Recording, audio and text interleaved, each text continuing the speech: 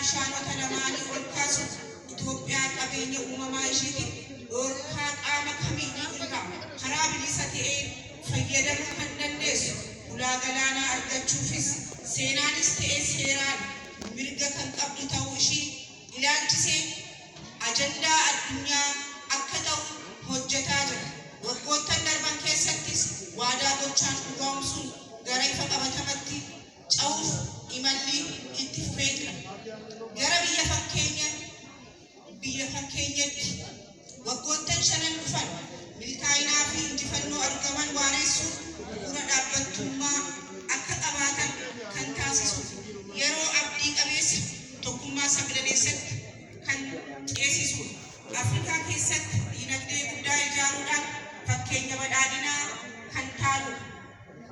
Humna cimaa uummata keenya hiyyummaa fi duubatti hafummaa keessaa baasuu danda'u.